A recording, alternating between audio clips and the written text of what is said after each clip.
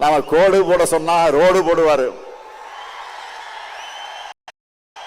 நீங்களா பார்த்திருப்பீங்க. ரோடு போட்டு அந்த ரோடு மேலதான் நான் வாகனத்தில் வந்தேன்.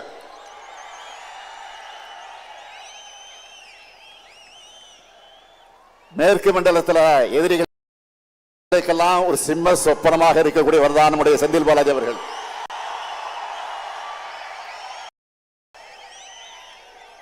அதனாலதான் அவர் வெளியில இருந்தார். தங்களால் நிம்மதியா தூங்க முடியாதுன்னு அவரை முடக்க பார்த்தாங்க. ஆனா அவரை முடக்க முடியுமா? எடுத்த பணியை வெற்றிகரமா முடிச்சு காட்டுவார். நான் உறுதியா சொல்றேன், கழக வரலாற்றிலே இப்படி ஒரு பிரம்மாண்டமான முப்பெரு விழா நடந்திருக்காது.